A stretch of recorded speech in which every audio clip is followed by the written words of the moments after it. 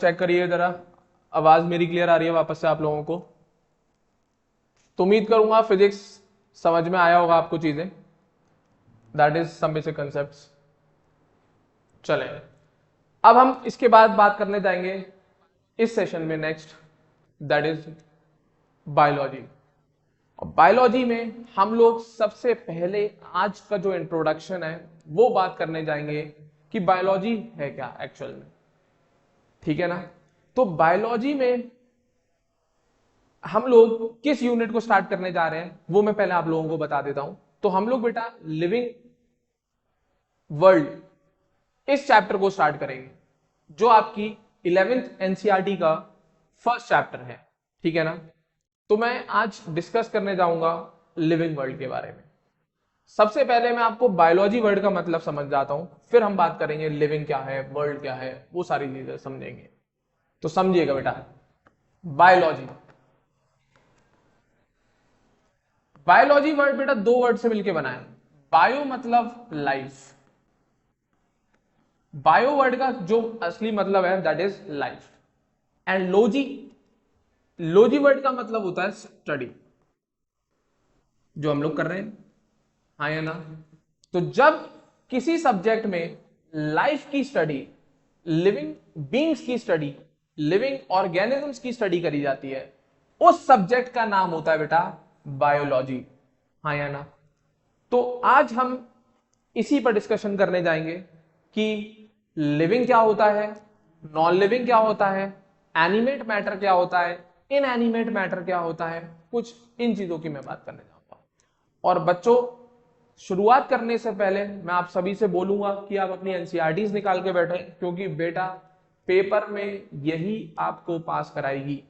अगर आपको NEET qualify करना है तो इसी किताब को आपको रट्टा मारना पड़ेगा, याद करना पड़ेगा, समझना पड़ेगा, जो भी कर सको वो सब कुछ करना पड़ेगा इस बुक के लिए, क्योंकि इसी बुक से क्वेश्चंस बनने हैं, इसी की लाइनों पे से क्वेश्चन फ्रेम होते हैं, बस लैंग्वेज चेंज करके बनाए जाते हैं क्वेश्चंस, और आपको फंसाया जाता है ऑप्शंस में, जो कि अगर हम इसको थरली पढ़ेंगे, डीपली पढ़ेंगे, समझ समझ के काम करेंगे तो कई प्रॉब्लम आनी ही नहीं है, ठीक है ना। तो मैं शुरू कर रहा हूं।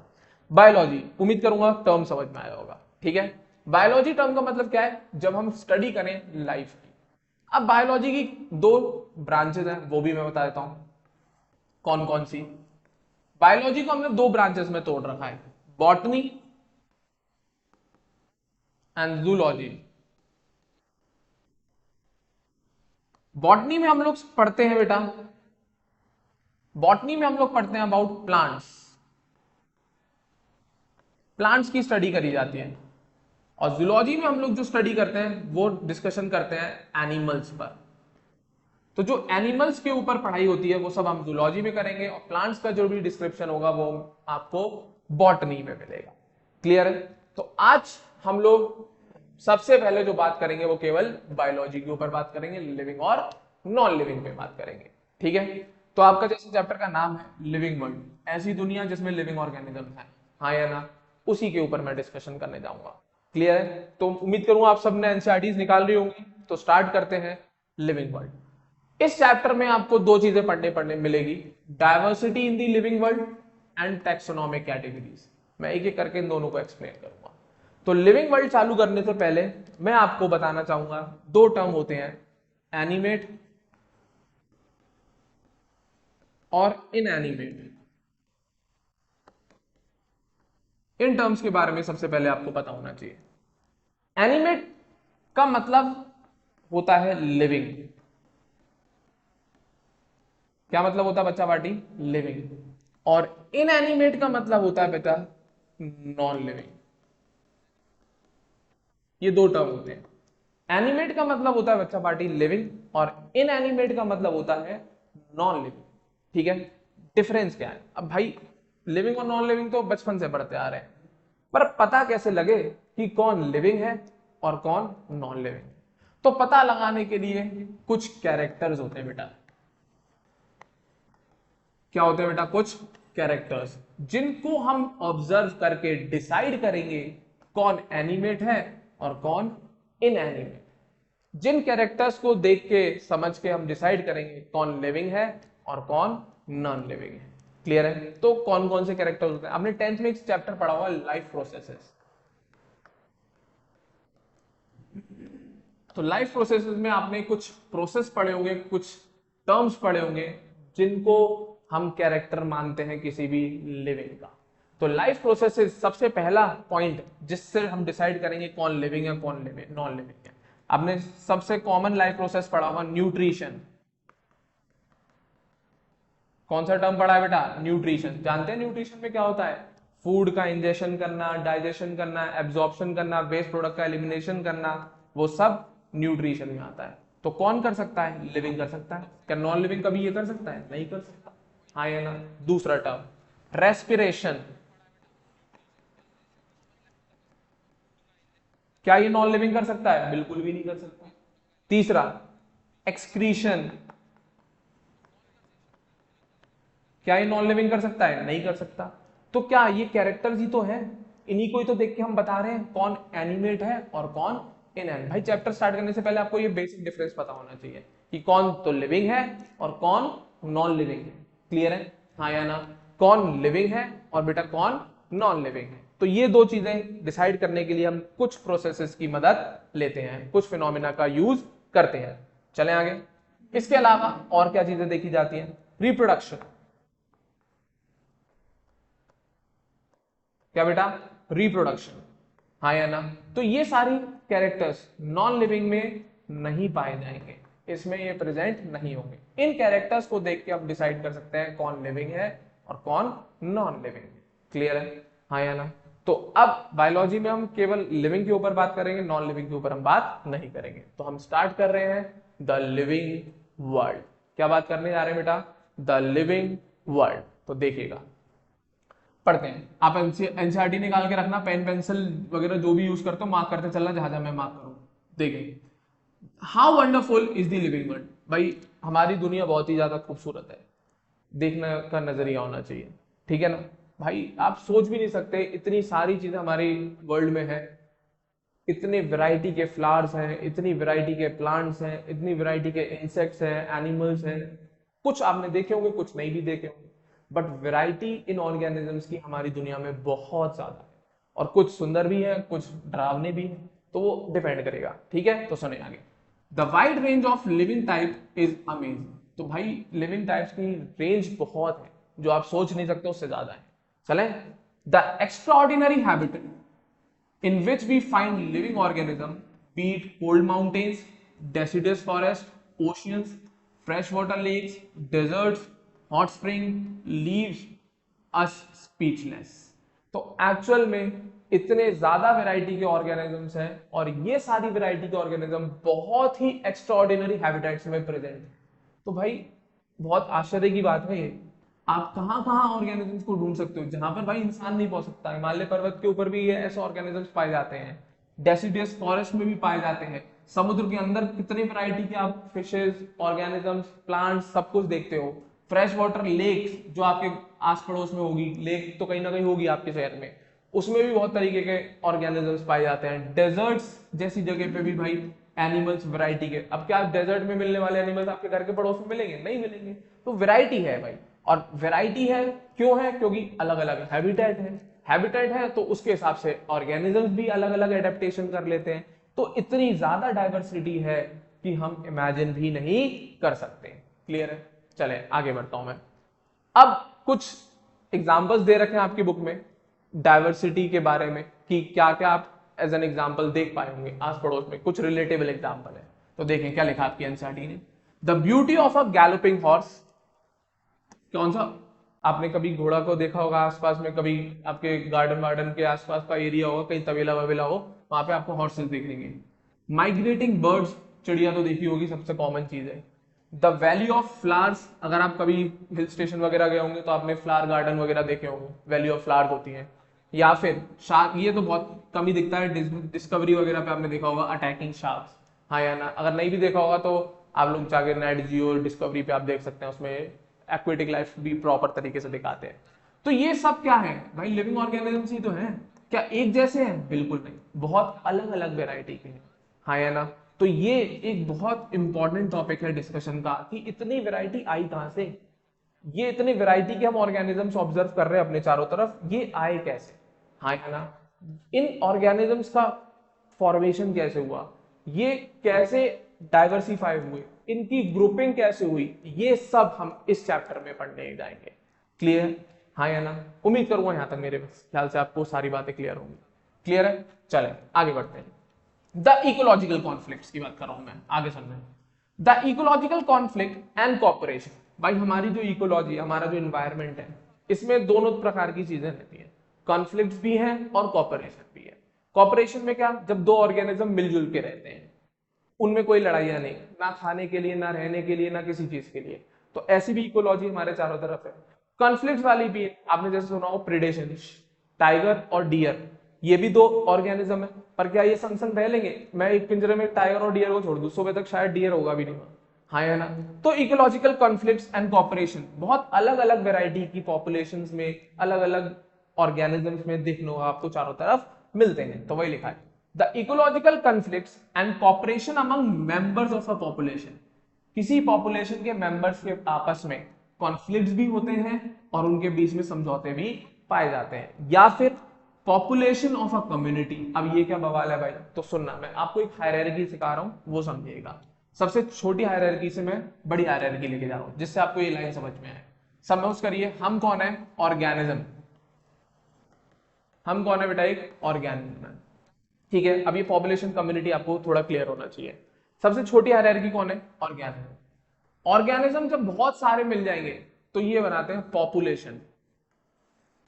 क्या बनाते हैं बच्चा पार्टी? पॉपुलेशन। और बहुत सारी पॉपुलेशन मिलेंगी तब बनती है कम्युनिटी। क्या बनती है? तब कम्युनिटी बनती है। ठीक है बच्चा पार्टी? तो ये एक हायरार्की है। ऑर्गेनिज्म मतलब हम जैसे बहुत सारे मिल जाए तो एक पॉपुलेशन बनेगी, और हमारी जैसी अलग अलग, हमारे जैसी पॉपुलेशन या और अलग पॉपुलेशन मिल जाए तो एक क्या बनती है? कम्युनिटी। तो उसी की बात कर रहा है, ध्यान से सुनिएगा। The ecological conflict and cooperation अब किस किस में हो सकती है? पॉपुलेशन में रहने वाले ऑर्गेनिज्म। भाई पॉपुलेशन है, उसमें हम लोग रह रहे हैं ना, तो हम लोग आपस के बीच में कॉन्फ्लिक्ट भी हो सकते हैं, कॉपरेशन भी हो जाता है कुछ कुछ। हाँ या ना? तो पॉपुलेशन में रहने वाले ऑर्गेनिजम्स की इकोलॉजिकल कॉन्फ्लिक्ट्स एंड कॉपरेशन की बात कर रहा है। या फिर कम्युनिटी में जो प्रेजेंट पॉपुलेशन है, पॉपुलेशन के अंदर जो ऑर्गेनिजम्स हैं उनके कॉन्फ्लिक्ट एंड कॉपरेशन।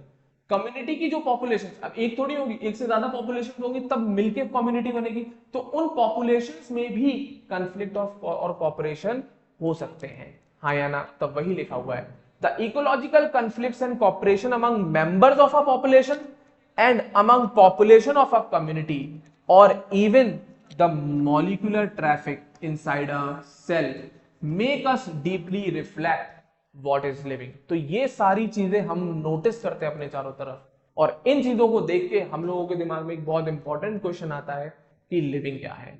हाँ या ना? इसी कंडीशंस को, इन्हीं एग्जांपल्स को देख के हमारे दिमाग में एक बहुत इंपॉर्टेंट क्वेश्चन आता है कि लाइफ क्या है, लिविंग क्या है, कि एक्चुअल में लाइफ किसे कहते हैं? बेटा इन्हीं को ही कहते हैं, कॉपरेशन और कॉन्फ्लिक्ट को, कि आपस में मिलजुल के रह रहे हैं और आपस में कॉन्फ्लिक्ट्स हो रहे हैं, यही जीवन का सत्य है। ठीक है? हाँ या ना? तो अब बात ये आई कि लाइफ को हम किस नजरिए से देखेंगे। तो लाइफ या लिविंग को हम दो तरीके से डिफाइन कर सकते हैं, एक तो साइंटिफिक बेसिस पे, एक फिलोसफिकल बेसिस पे। साइंटिफिक बेसिस पे हम बात करेंगे प्रॉपर्टीज पे, कैरेक्टर्स पे, कि क्या चीज हम ऑब्जर्व कर रहे हैं, क्या ऑब्जर्व नहीं कर रहे हैं, तो उसके बेसिस पे हम डिसाइड करेंगे कौन लिविंग है और कौन नॉन लिविंग है, क्या लाइफ है। क्लियर है? अब बात ये आती है कि एक्चुअल में हम, दूसरा तरीका भी है क्वेश्चन फिलोसफिकल वाला, कि लाइफ का पर्पस क्या है।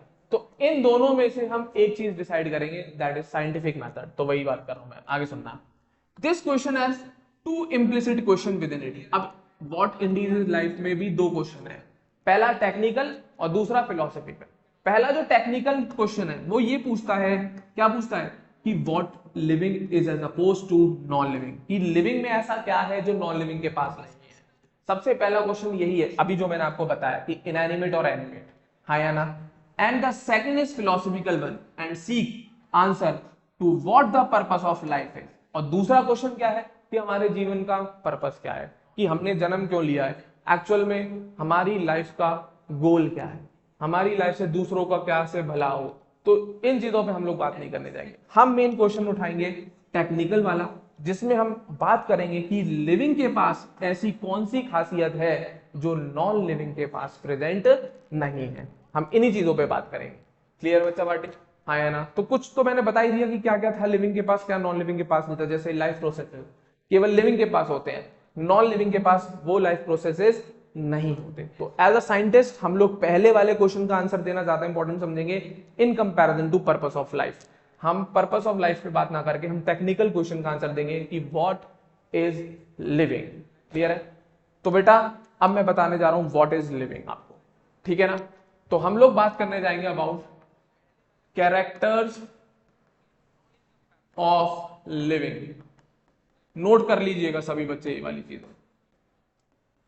कुछ स्पेशल कैरेक्टर्स हैं लिविंग के जो आपको ध्यान से समझने, ठीक है? हाँ या ना? सबसे पहला कैरेक्टर ग्रोथ। नोट करते चलो बच्चों में, बच्चा पार्टी मेरे साथ साथ, क्योंकि नोट नहीं करोगे बहुत दिक्कत है। अभी मैं आपको पहले पूरा एनसीईआरटी से एक्सप्लेन करूंगा, फिर इसी चैप्टर की समरी बना के दूंगा आपको। ये मत सोचना कि केवल एनसीईआरटी डिस्क्राइब करो, नहीं। ये कंप्लीट होने के बाद इसी चैप्टर का एक ही सेशन में क्विक रिव्यू होगा, जिसमें एक फ्लो चार्ट से मैं आपको पूरा चैप्टर निपटा के दूंगा। एक ही पेज पे हर चैप्टर बायो का मैं आपको एक सिंगल पेज पे उतार के दे दूंगा, जिससे आपको एक एक पॉइंट रट जाएगा दिमाग में, मैं गारंटी दे रहा हूं। हाँ या ना? पर मेरे हिसाब से काम करना पड़ेगा। अपना दिमाग चलाओगे तो कुछ नहीं कर सकता मैं उसमें। अगर मेरे हिसाब से फॉलो करोगे तो आपका बायो का हर चैप्टर में सिंगल पेज पे उतरवा दूंगा, बट मेरे को फॉलो करना पड़ेगा, ठीक है? चलें, तो सबसे पहला कैरेक्टर है लिविंग का, क्या? ग्रोथ। तो भाई ये तो एक ऐसा कैरेक्टर है जो लिविंग के पास ही हो सकता है। गलत सोचा ये। एक्चुअल में लिविंग और नॉन लिविंग दोनों शो कर सकते हैं, बट मैं पहले लिविंग की बात करूंगा, फिर मैं नॉन लिविंग की। ग्रोथ आपने देखा होगा, प्लांट्स देखे हैं ना भाई, घर पे लाना एक छोटा सा पौधा लगाना, नया नया बीज ले आना, पौधा जर्मिनेट करा देना, उससे पौधा बनाना, तो आप डेली देखोगे, महीने भर बाद देखोगे उसकी ग्रोथ अपने आप दिख जाएगा आपको, वो पेड़ बढ़ता हुआ। तो वो क्या है? ग्रोथ है। और क्यों हो पाई ग्रोथ? क्योंकि प्लांट क्या है? लिविंग है। ग्रोथ लिविंग में हुई ना। आप हो, आप अभी बचपन में जो आपकी हाइट शेप वेट था, क्या अभी भी वैसा ही है? नहीं ना, आपकी भी ग्रोथ हुई है। तो हम लोग क्या है? लिविंग है, और लिविंग है तो ग्रोथ होगी होगी। क्या नॉन लिविंग ग्रो कर सकते हैं? बिल्कुल कर सकते हैं, बट ग्रो करने का तरीका अलग होता है। हमारी ग्रोथ और नॉन लिविंग की ग्रोथ में जमीन आसमान का फर्क है। एग्जाम्पल, सबसे बेस्ट एग्जाम्पल दूंगा, आप लोग घर पे डेली ऑब्जर्व करते होंगे लिविंग और नॉन लिविंग की ग्रोथ। अपनी ग्रोथ की मैं बात कर रहा हूं या आपकी ग्रोथ की मैं बात करूं। हम लोगों की बेटा जो ग्रोथ होती है वो इंटरनल ग्रोथ होती है। कैसी होती है? हमारी बॉडी इंटरनली ग्रो करती है। हम लोग खाना खाते हैं, न्यूट्रिशन मिलता है, हमारी सेल्स को मिलता है, हमारी बॉडी की सेल्स डिवाइड करती हैं। बाहर थोड़ी डिवाइड कर रही है, क्या मेरे हाथ की सेल्स डिवाइड कर रही होंगी? नहीं, बॉडी के अंदर सेल्स बढ़ती है ना, बॉडी के अंदर सेल डिवीजन चल रहा होता है ना, रिपेयर होना, फॉर्मेशन होना, डेली टू डेली। हम लोगों में तो रेगुलर बेसिस पे नहीं होता, एक टाइम के बाद आकर रुक जाती है ये चीजें, पर प्लांट में रेगुलर बेसिस, उनकी पूरी जिंदगी भर ये डिवीजन चलता है और उनकी ग्रोथ पूरी जिंदगी भर ये चलती चली जाती है। बट वो जो ग्रोथ है वो क्या है? इंटरनल। कैसी ग्रोथ है बेटा? इंटरनल ग्रोथ है। बट नॉन लिविंग में जो ग्रोथ होती है वो एक एक्सटर्नल ग्रोथ होती है। नॉन लिविंग चीज हमेशा बाहर से ग्रो करती है। आपने जैसे मिट्टी का पेड़ कह रहा हूं, सॉरी, मिट्टी का ढेर देखा होगा, हाँ या ना? जैसे एक जमीन है, यहाँ पे मिट्टी इकट्ठी हो गई, अब थोड़े समय बाद इसको साफ ना किया तो ये मिट्टी का ढेर इकट्ठा होते होते होते होते होते होते बहुत बिल्कुल बड़ा सा इकट्ठा मिट्टी का ढेर बन जाएगा, हाँ या ना? तो क्या ये इंटरनली ग्रो किया? नहीं, इसके ऊपर मिट्टी लाके और डाली ना हमने, तभी तो ये क्या सैंड का पहाड़ बन गया पूरा का पूरा, हाँ या ना? तो ग्रो तो ये भी किया, ग्रो हम भी करें, बस डिफरेंस क्या है? इसकी ग्रोथ होती है एक्सटर्नल, हमारी ग्रोथ होती है इंटरनल, हाँ या ना? ये बहुत बड़ा डिफरेंस होता है ग्रोथ का for living and non living. इस एक और एग्जांपल देखो भाई, सबसे बढ़िया एग्जांपल दे रहा हूं। घर पे आपके चेयर होगी, चेयर है आप घर पे, चेयर तो होगी आपके। कपड़े, सबसे बेस्ट एग्जांपल, मैं खुद करता हूं ये चीज। कपड़े आए, आज चेंज किए, ये कपड़े डाल दिए इसके ऊपर, दूसरे दिन आया फिर चेंज किए, दूसरे कपड़े इसके ऊपर डाल दिए, तीसरे दिन आया फिर चेंज किए, तीसरे दिन कपड़े डाल दिए। ऐसा पूरे हफ्ते भर की कहानी चलती है और आप देख रहे होंगे कपड़े का ढेर बढ़ता चला जाता है, पूरी कुर्सी ढक जाती है, पर कपड़े कम नहीं होते हैं। ये आप लोगों की जिंदगी भी मैं उम्मीद कर रहा हूँ शायद होता होगा आप लोगों के साथ अक्सर। तो ये भी क्या है, एक तरीके से ग्रोथ ही तो हुई, हमने कपड़े के ऊपर कपड़ा, कपड़े के ऊपर एड ऑन करते चले गए यार, तो साइज तो इसका भी बढ़ गया ना एक तरीके से। बट क्या इसे हम ग्रोथ का नाम देंगे? नहीं। क्या हम इसे ग्रोथ का नाम देंगे? नहीं देंगे। क्लियर है बच्चा पार्टी? क्योंकि ये ग्रोथ प्रॉपर एक्चुअल ग्रोथ नहीं है, this is an external growth. तो सबसे पहला कैरेक्टर ग्रोथ का किसमें है? लिविंग में। बट ये ग्रोथ कैसी होनी चाहिए मैं मेंशन कर दे रहा हूं, इंटरनल ग्रोथ होनी चाहिए। ठीक है, कैसी ग्रोथ होनी चाहिए बेटा? इंटरनल। सेकंड कैरेक्टर, कौन सा कैरेक्टर बेटा? सेकंड। अच्छा एक चीज और इसी में कवर करता है सेकंड कैरेक्टर से, ग्रोथ दो तरीके से देखी जाती है बेटा, ये चीज याद रखना। ग्रोथ दो पहलू होते हैं ग्रोथ के। अब हम ग्रोथ किस किस को कह सकते हैं? ग्रोथ दो तरीके से देखी जाती है। एक है या तो किसी का मास बढ़ जाए तो ग्रोथ मान लेते हैं हम, या किसी का नंबर बढ़ जाए। तो ग्रोथ के भी दो पहलू होते हैं। ग्रोथ कैसे होती सकती है? या तो इंक्रीज इन मास आ जाए या इंक्रीज इन साइज आ जाए, सॉरी इंक्रीज इन नंबर आ जाए। तो ग्रोथ के दो पहलू होते हैं, या तो मास बढ़ता हुआ दिखेगा बेटा तुम्हें या नंबर बढ़ता हुआ दिखेगा। बट असलियत में हम लिविंग की ग्रोथ केवल उसे ही मानेंगे जो इंटरनल फैक्टर की वजह से होती है, इंटरनल फैक्टर्स की वजह से होती है। एक्सटर्नल ग्रोथ को कभी ग्रोथ का दर्जा नहीं दिया जाता और ना दिया जाएगा। चले सेकंड कैरेक्टर की मैं बात कर रहा हूं। फर्स्ट तो मेरे ख्याल से क्लियर है, सेकंड पहला तो समझ में आ गया होगा growth. Second character is reproduction. कौन सा बेटा? रिप्रोडक्शन। रिप्रोडक्शन अब ये तो बहुत ही क्लियर है, लिविंग में हो सकता है। क्या नॉन लिविंग अपने ऑफस्प्रिंग बना सकते हैं? नहीं बना सकते। लिविंग के पास ये कैरेक्टर हो सकता है। कौन सा बेटा? रिप्रोडक्शन। तीसरा मेटाबॉलिज्म। मेटाबॉलिज्म नहीं जानते बच्चे तो मैं बता दे रहा हूं, these are chemical reactions occurring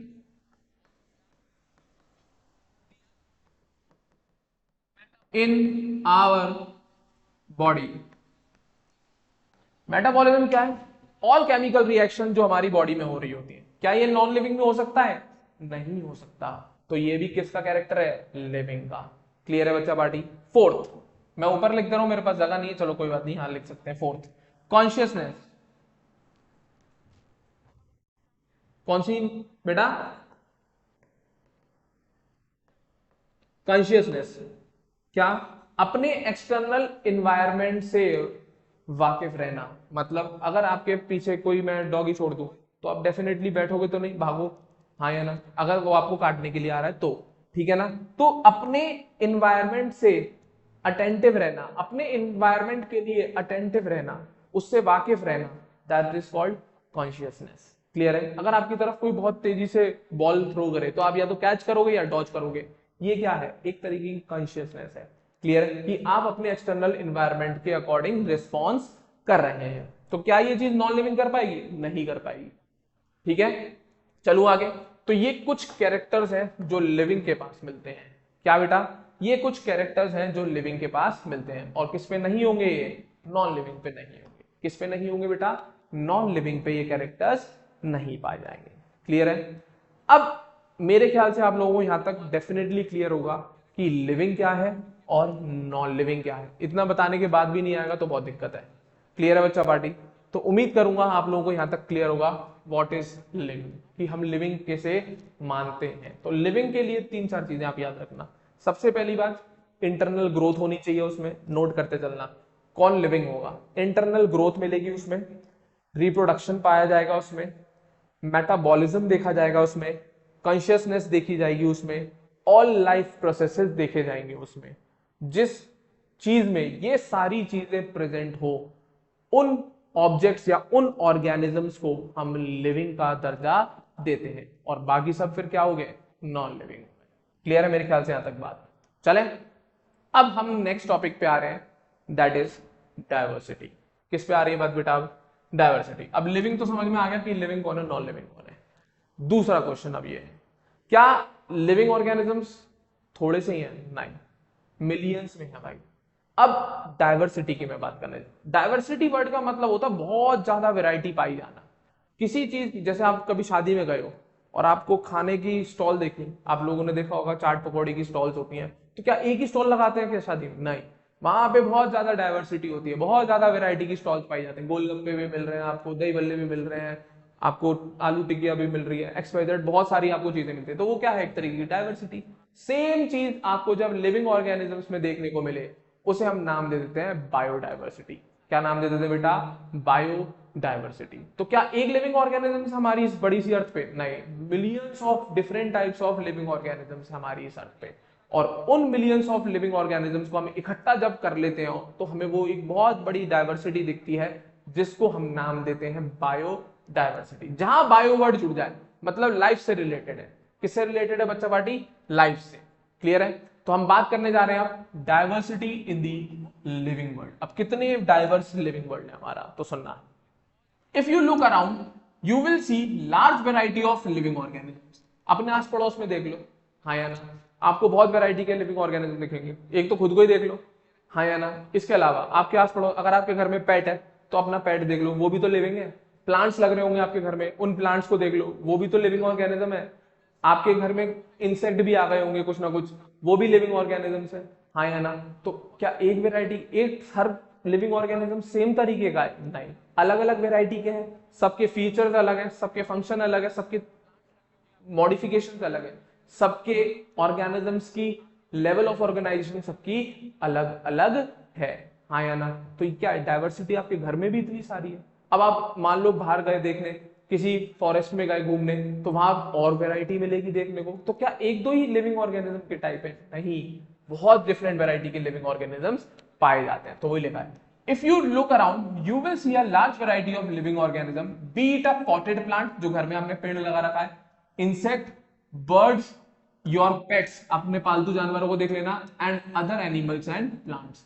तो आप अपने आस पड़ोस में भी देखोगे तो इतनी बड़ी वैरायटी तो आप खुद ही बना लोगे, हाँ या ना? क्लियर है? तो ये बायोडाइवर्सिटी ही कहलाई जाती है, जो हम आगे जाके डिस्कस करने जाएंगे। क्लियर है, हाँ या ना? तो इसका इंट्रोडक्शन मेरे ख्याल से यहां तक क्लियर होगा। उम्मीद करूंगा लिविंग समझ में आया होगा और डाइवर्सिटी और बायोडाइवर्सिटी समझ में आया होगा। इस टॉपिक को हम इतना ही रखते हैं। नेक्स्ट अब आप लोगों के लिए हम लोग क्लास लेके आए हैं फिजिक्स की, जो डॉक्टर जीडी अग्रवाल सर पढ़ाने जाएंगे, जिसको हम लोग डिटेल में बहुत एक्सप्लेनेशन के साथ, बहुत अच्छे अच्छे नोट्स के साथ उनसे सीखेंगे बच्चों पार्टी। और आप लोग टेंशन मत लीजिएगा, ये सारे पीडीएफ आप लोगों को टेलीग्राम ग्रुप पे शेयर कर दिए जाएंगे, और आप लोग जो आज मैंने पढ़ाया है जितना, उतना अपनी कॉपी में नोट डाउन कर लें। सिंसियरली अगर आप ये चीजें फॉलो कर लोगे तो मैं आपको गारंटी देता हूँ सिलेबस भी जल्दी टाइम से खत्म करवाऊंगा। अभी क्लासेस का टाइम कम है स्टार्टिंग में, क्योंकि इंट्रोडक्शन है, स्टार्टिंग से धीरे धीरे आपकी हैबिट बनेगी बैठने की। फिर मैं इस टाइम को एक्सपेंड भी करूंगा, आप टेंशन मत लीजिएगा, आपको प्रॉपर टाइम दिया जाएगा सारे सब्जेक्ट्स के लिए। क्लियर है? और जिस भी बच्चे ने अभी तक गूगल फॉर्म और टेलीग्राम ग्रुप ज्वाइन नहीं किया, वो प्लीज पहले उसको कर लें, जिससे हम लोगों के पास आपकी डिटेल रहे, जब हम टेस्ट वगैरह भेजें तो हम आपकी परफॉर्मेंस को एनालाइज कर पाए। क्लियर है, हाँ या ना? और अभी कोई लीव नहीं करेगा बच्चा, अभी फिजिक्स की क्लास स्टार्ट होने वाली है by doctor GD Agarwal sir. आज इतना ही रखते हैं इस बायो के टॉपिक को। नेक्स्ट हम लोग पढ़ने जाएंगे फिजिक्स।